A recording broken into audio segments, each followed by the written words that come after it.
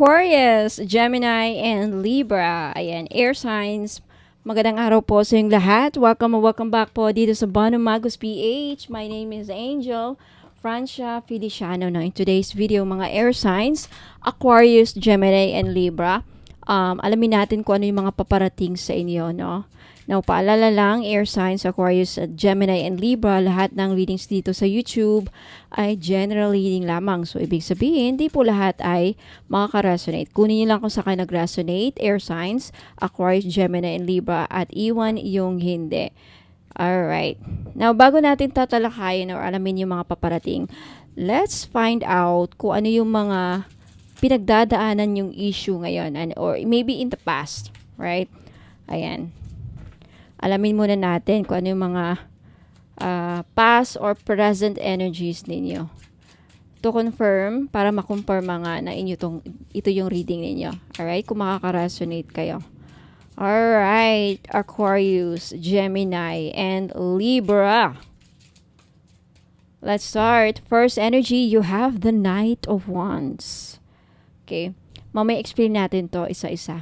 You have the Knight of Pentacles. Next, you have the Three of Swords. Next energy, you have the Nine of Cups. You have the Hermit. Next energy, you have the Moon. You have the Eight of Cups. You have the Five of Pentacles. You have the Two of Cups. And you have the Ace of Wands. And you have the Ten of Swords. I feel like in the present or at the moment, some of you, Aquarius, Gemini, and Libra, you feel like recently or in the past, nasa sitwasyon kayong either dumaan kayo sa pagkalugmok or sa ngayon parang lugmok na lugmok kayo. The Ten of Swords indicates some of you, if not a lot of you, marami sa inyo may pinagdadaanan. Depression, you've hit the rock bottom, nawala ng pera, na drain, financially drained, nalugi, or something like may hindi nag-work about sa pera. I feel like in the past or recently, nagkasakit kayo, Aquarius, Gemini, and Libra. Some of you nagkasakit sa puso o may sakit sa puso ngayon.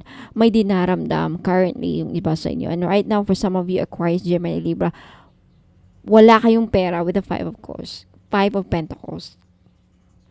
Nasasaktan kayo, nadidepress kayo kasi sa kawalan ng pera talaga. Five of Pentacles. Look at this. Five of Pentacles in conjunction with the Three of Swords. The Three of Swords is a card of suffering. Umiiyak, panlulumo, depression, heartbreak, suffering, financially suffering. This could be a financially suffered. You are suffering from financial loss, kawalan ng pera. Five of Pentacles. In the past or the present moment, if this is your reading, then mamaya alamin natin kung yung paparating. Now with the Nine of Cups, it looks like, pagdating naman sa pag-ibig, it looks like may wish fulfilled naman. It looks like masaya naman kayo sa buhay pag-ibig. Yung iba hindi lahat. Yung iba hindi lahat. When it comes to your fulfillment, okay naman. Nine of Cups. Somehow you feel the joy. This could also be like, kung sino man yung kinakasama nyo ngayon, medyo masaya kayo, content kayo. There's this sense of feeling content. Ano pa? The Hermit and the Ace of Wands. So maybe right now or at the present moment, there is this some of you, yung iba sa inyo, feeling unmotivated or you're searching for your motivation. You're naghahanap kayo ng panibagong simula. Some of you are Aquarius, Gemini, and Libra, you're searching for a new beginning. Inspired work or new creativity, bagong pagkaabalahan, pagkakakitaan na magbibigay sa iyo ng saya, Alam mo yung maganda na yung kumikita ka and at the same time nag-e-enjoy. Ito yung Ace of Wands eh. Kasi mai-ignite ang inyong passion. Gustong-gusto mong gumawa. Gustong-gusto mong magtrabaho kasi this is your passion. I feel like with the Hermit, that's one thing that you're searching. Aquarius, Gemini, or Libra. You're looking for something na gusto ko yung araw-araw akong ma-excite pumasok sa work. Gusto ko yung araw-araw akong may ganado ako araw-araw na magtrabaho. But something is not working with the Eight of Cups. For some of you, Aquarius, Gemini, and Libra, maybe in the past or currently, recently, naghahanap kayo kaliwat kanan or ilang beses o maraming beses o maraming pagkakataon, naghahanap kayo ng paraan kung saan magkapera. This could be looking for investments. Paano dumami ang pera? But it looks like you failed. Walang nag-work. Lahat ginawa mo, lahat trinay mo. Right? Aquarius, Gemini, Libra. Lahat ginawa mo. Like, trinay mo na lahat.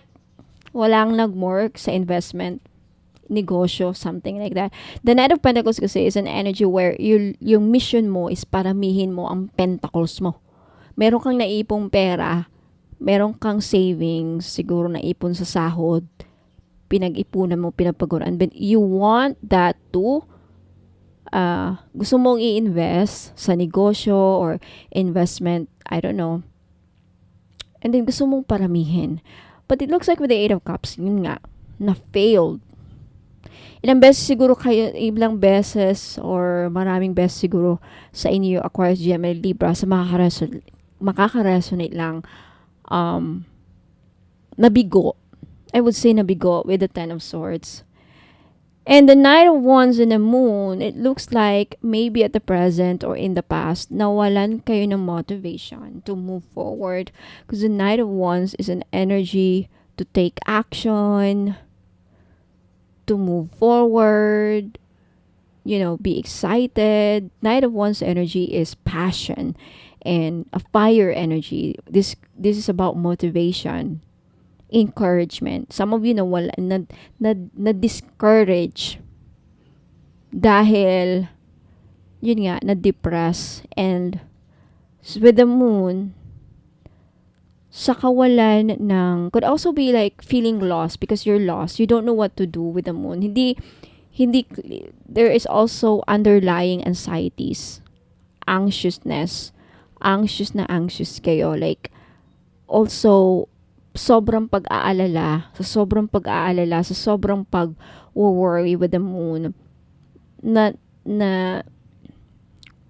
nahihila ang iyong fighting spirit, bumababa with the Knight of Wands. Yung Knight of Wands and the Moon, ito yung energy kung saan, imbis na motivate kayo lalo, wala lang, na-discourage. Dahil may hindi nag-work.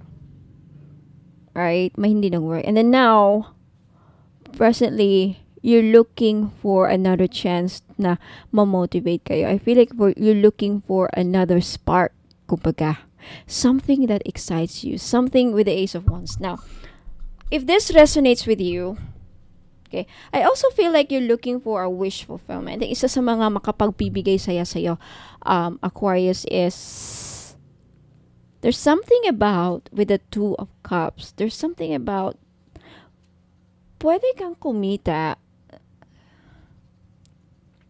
The Two of Cups, I feel like this is like a dalawang sideline. Could also be like Aquarius, Gemini, Libra. There is this desire na mag-work habang nagwo-work, na magdinegosyo. I think that's one of your wish fulfillment when it comes to your finances, when it comes to your financial goals. So, tignan natin kung ano yung paparating. If this reading, this energy is nakarelate kayo, then this definitely your reading. Right? Ayan. Now, with the Ten of Swords, and the good thing about the Ten of Swords is there's a chance na aangat ka. Because after suffering, after the rain, there's always a rainbow. Yan ang energy of the Ten of Swords. Okay? So, ano yung paparating? Bago yan, ito muna. Aquarius, Gemini, and Libra. Ano yung paparating sa ating mga Aquarius, Gemini, and Libra, please? Air signs. Mga paparating na energy, good news, or anything for our Aquarius, Gemini, and Libra. Alright. You have key, susi. Alright, next you have stork. You have crossroad. Gusto lumabas to. You have the moon. Lumabas ulit yung moon. And you have a bouquet. At the bottom, you have the man. So, when it looks like Aquarius, Gemini, Libra sa, ano lang ha, sa mga resonate. It looks like, pagdating sa love life, yung mga single dyan, or kaka-break up, or if you have been, if failure kayo sa love life, it looks like may bagong tao na paparating sa inyo. Sa mga Aquarius women. Okay. Lihat po na natin yung baraha. Aquarius, Gemini, and Libra. Ano yung mga paparating na energies? Paparating na energies sa ating mga Aquarius, Gemini, and Libra. Flowers ulit. Dalawang beses lumabas yung bouquet and flowers. You have celebrations. The world, achievement, marriage. At the bottom, transformation. Last one card. You have again the susi. Oh, dalawang beses lumabas yung susi. Transformation. Okay? So, ang paparating sa inyo is pagbabago. Power. Power and strength. You have the power to make changes in your life. Your life will be enriched and you can be the person you want to be. So, for those of you nangangarap na magbago ang kanilang pagkatao, magbago ang kanilang buhay, then you'll be given that chance. Now, tignan natin yung mapaparating. Let's start with the susi. Dalawang beses lumabas yung susi. So, I really do feel, kasi kanina pinakita ko sa inyo, di ba, the Two of Cups. It's screaming about two opportunities.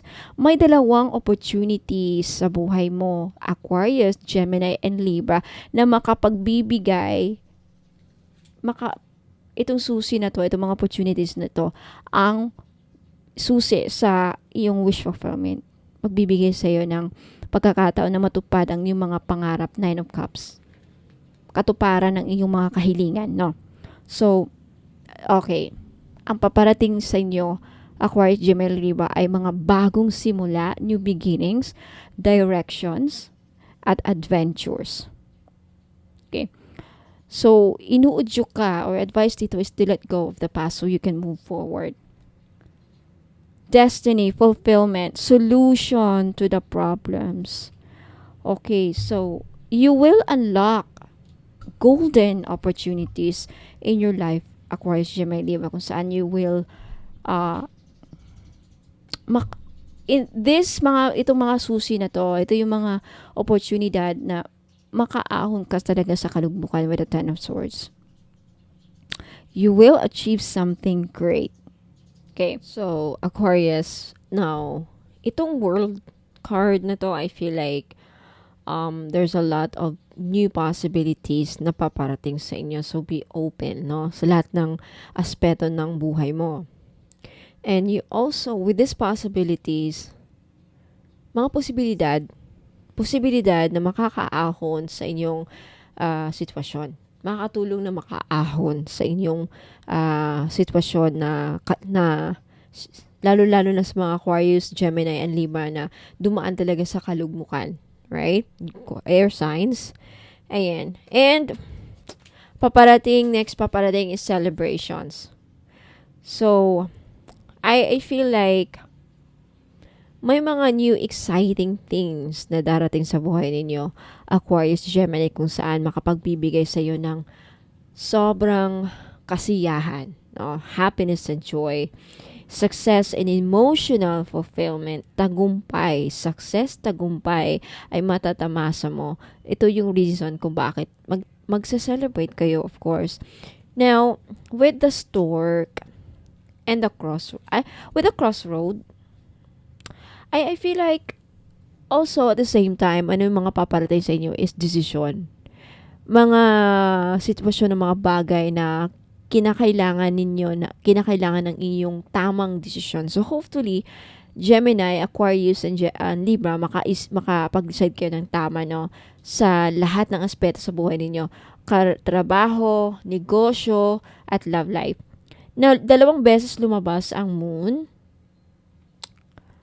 So, I feel like sa mga susunod na mga araw, linggo, or buwan, mga next na paparating sa inyo is you become very emotional when it comes to your health, when it comes to your feelings, when it comes to your emotion, at when it comes to relationship. There's a lot of you, air signs, I feel like magiging very sensitive, or possibly nangyayari na ngayon na kung saan very sensitive kayo sa mga mas sinasabi about sa'yo, may nasasabi sa'yo ang partner mo, or anything. You become very too emotional about something. Okay, a situation perhaps. But it's okay. And also there's something about lalong lalakas ang yung intuition. Aquarius, Gemini, and Libra. Lalakas ang yung intuition.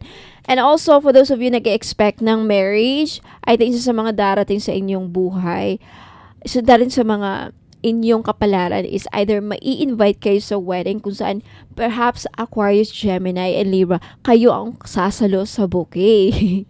Okay? So, mga makaka-resonate lang. But definitely, when it comes to love and relationship, it looks like you are attracting emotional fulfillment as well. And unconditional love. So, you can claim it, no, by leaving a comment below. If those of you na naranasan na gusto naman makahanap ng love life na talaga makabibigay sa kanila ng kasiyahan. Unconditional love. If you're someone, Aquarius, Gemini, Libra, naghahanap ng unconditional love, then you are attracting. Ito yung paparating sa inyo. Right? Definitely, there is success na paparating sa inyo. Achievement, big achievement.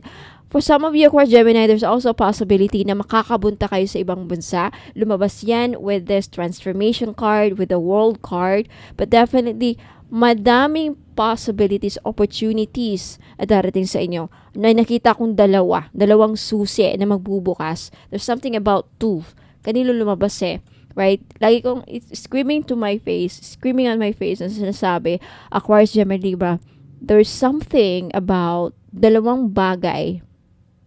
Possibly 2 trabaho, 2 sideline, 2 negosyo, different two kinds of business, 2 project. There's something about 2 na makapagbibigay sa iyo ng isa sa mga magiging tulay sa iyong wish fulfillment at magbibigay sa iyo ng makakatulong sa iyong tagumpay, makakatulong sa iyong kalugmukan, at makakatulong sa problema sa inyong pera. Okay? Opportunity. 2 susi ang magbubukas. Alright, so Gemini, Aquarius, Gemini, Libra, maraming salamat sa pakikinig, panonood. Ito po yung mga energies na paparating sa inyo. Let me know if nag-resonate sa inyo yung reading, air signs, Aquarius, Gemini, and Libra. Now, for those of you na interesadong makita yung mga produktong binibenta ko, paano makabili, paano mag-order, wag po muna kayong alis kasi mag-i-explain po ako dyan in another video. I'll be right back. So, wag po kayong alis, magbabalik po ako. Ingat po and God bless. Okay, so for those of you na interesadong makita yung mga produkto ko, you can search the items or my products sa website. But mostly sa website po is, by the way, this is my website. Pag type nyo po ng bonomagos.com, ito po yung unang bubungad sa inyo. And just scroll down. You can also read that para maintindihan nyo. You can just read that, and then dito po sa baba, every now and then, nag-update po ako sa website just in case if ever ma-sold out yung mga items, tinatanggal ko na po dyan as much as possible para to avoid confusion, no? Pero for now, ito yung mga meron pa, available pa. So you have Prospera Alashan Citrine, may Gambler's Luck Karma Cleansing Amazonite. Andito yung mga crystal pendant. For now, yung binibenta ko is crystal pendant lang for only 100 pesos. Ayan yung mga crystal bracelet. Now, para makita nyo po ang description at yung benefits ng bawat item, just click the picture and then you can scroll down to read the description, andito yung price, nakalagay. You can scroll down and just read. Basahin nyo lang po yung mga nakasulat dyan. So, malalaman nyo yung benefits niya. And for some items, nandyan na po yung instruction. But, pag nakatanggap po, pag bumili po kayo, may marireceive pa rin kayong instruction na maliit na papel. Okay? Now, by the way, lahat po ng mga items dito ay dadaan po sa cleansing, blessing ritual, blessing ritual, at ritual po sa Latin. Yan po ang kaibahan ko sa mga ibang nagbebenta. So, if meron kayong gustong iparitual, libre po pag bumili kayo ng kahit na anong item. Now, there are also, ito yung mga bestseller ko. Kung naghahanap po kayo ng pangkalahatan or all-in-one powerful red string, andyan yung benefits na, andyan yung explanation niya kung bakit siya all-in-one at bakit powerful. Ayan, for only 100 pesos. Andyan yung mga smudge kit. Ayan yung mga ibang item. For now, yan lang po ang nailagay ko. But for more items, you can also check my Facebook page kasi most of the time, yung mga limited po na stocks, andito ko po pinopost. Ayan yung Aurum Kalinda Ithon Tiger's Eye Mantra Bracelet. Basahin nyo lang yung mga postings ko, andyan yung mga description, andyan yung mga benefits, so you would understand para malaman ninyo. Now, paminsan-minsan dito ko po pinopost sa Facebook page ko yung mga insights, mga information kung paano maka-attract ng swerte, to teach you kung ano mga dapat niyong gawin, all about related sa pang-akit ng swerte, pang-protection, anything you need to know about para umangat sa buhay. All of that. And mostly is about yung mga items ko dito, they are spiritual tools na hopefully makatulong sa inyong mga pinagdadaan ng problema sa trabaho, career, finance, pera, and negosyo. And of course, love life at kalusugan. Right? So, if may gusto kayong nagustuhan na item, ayan. By the way, always po kayong mag-scroll down dito. You can also check my photos. Ayan, may mga albums ako.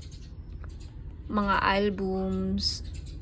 Ayan, you can check the albums. Ayan, i-check nyo kung. And then, every now, pag nag-message po kayo, just huwag nyo pong kalimutan magtanong if yung ini-inquire niyo is available pa or baka hindi na po. Kasi limited stocks lang po ako dito talaga kadalasan. And mostly 2 weeks na uubos na po yung mga stocks ko. Or wala pang isang buwan, ubos na. Okay, ayan. And sa mga nag-i-inquire about tarot reading services ko, 5,000.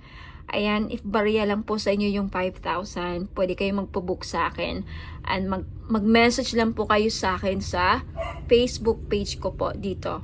Ayan, i-message nyo lang ako dito sa my Bonum Magus PH na may blue check po. Okay, mag-ingat po sa mga scammers na gumagaya sa akin kasi may mga iba ginagaya po ang Bonum Magus PH pero sila po, wala po silang blue check. Ako lang po ang may blue check. Ayan. And what else? If you are inquiring about, so saan mahanap tong mga menu? If makikita niyo yung dalawang linya dyan sa taas, sa tabi, nakatabi ng ng Bonum Magus logo, i-click nyo lang to and then lalabas po yung mga pages or menu. You have the frequently asked questions. If may mga katanungan kayo, paki-visit na lang dito, paki-click na lang yung frequently asked questions. Baka, you know, to inform you yung mga katanungan niyo just in case hindi nyo ako agad makausap sa messenger. Okay, magtatanong kayo kung may COD, walang COD, anong mga rituals na ginagawa ko. Nandito na lahat yung mga posible pong itatanong sa akin ng mga customer or clients. Up to the question kung anong courier ko, nagpapaship ba ako sa ibang bansa, andito po naka-explain kung may discount ba, kung may refund ba, andito po lahat naka-explain. And about me. If you are curious about me, you can just read here. Ayan, basahin, pakibasa na lang po yan. And ano yung ibig sabihin? Anong ibig sabihin ng Bonum Magos? Ayan, dyan po nakalagay, naka-explain, nilagay ko po yan para maintindihan nyo. And then po ang pagmumukha ko, okay? For those of you, hindi pa nakikita ang pagmumukha ko, ayan, ako po si Angel Francia Feliciano. And for awards and certificates, dito nyo makikita. For now, wala pa akong nilagay kasi sobrang busy pa ako sa mga trainings ngayon sa association. By the way, I'm a member of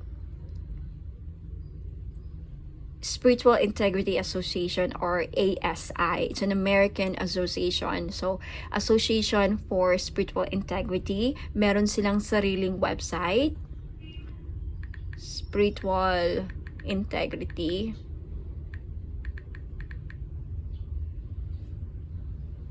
ASI Association. Okay, ayan yung website nila. So, sa directory, community, members directory, you can actually search me. Andito yung pangalan ko, Angel Feliciano. Ay, dito pala yung members. Angel. Ayan po ako. That's me right now. Nakuha nila yung picture ko. So, ako lang po ang nasa Philippines. Ayan, La Union, Bonum Magos, andyan yung website ko, and then yung contact number ko, nakuha nila. So, marami pa mga miyembro, mostly are Americans.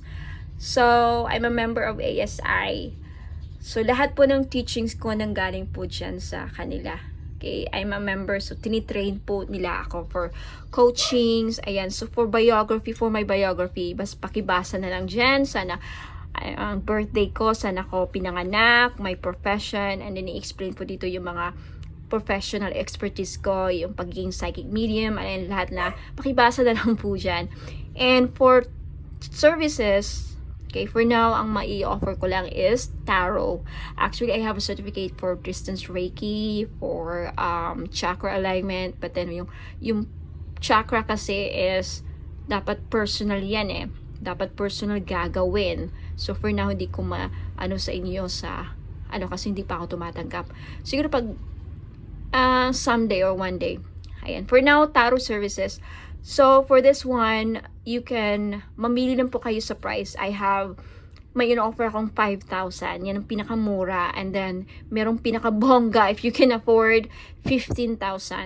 Dito, ito yung kung gusto niyo kung gusto niyo ma-align yung chakra niyo. Andyan po naka-explain kung bakit, ano yung packages, ano yung mga inclusions niya, anong kasali dyan sa 15,000. Kasama na dyan yung mga necklace, mga items na marireceive ninyo, at then yung bracelets, ayan, and all other items pa.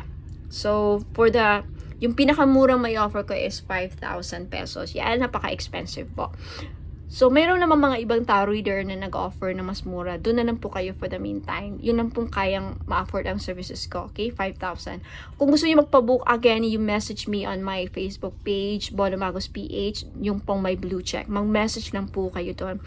And if gusto niyo magpasama sa prayer ritual na ginagawa ko every Sunday, or once a week, mag-submit lang po kayo dito. You click that, and then lalabas yan, and then pakibasa na lang yan, and then you submit your name, your first name, okay, fill upan nyo lang yan dyan, yung email, napaka-importante para ma-replyan ko kayo, yung phone number, at then yung prayer request niyo, and then click send. Ayan, yun lang po, dyan lang po kasimple. First, okay, a lot of you hindi ko ma-replyan, but doesn't mean na hindi ko ginawa yung prayer, okay? So, for vlog, you can check here, mga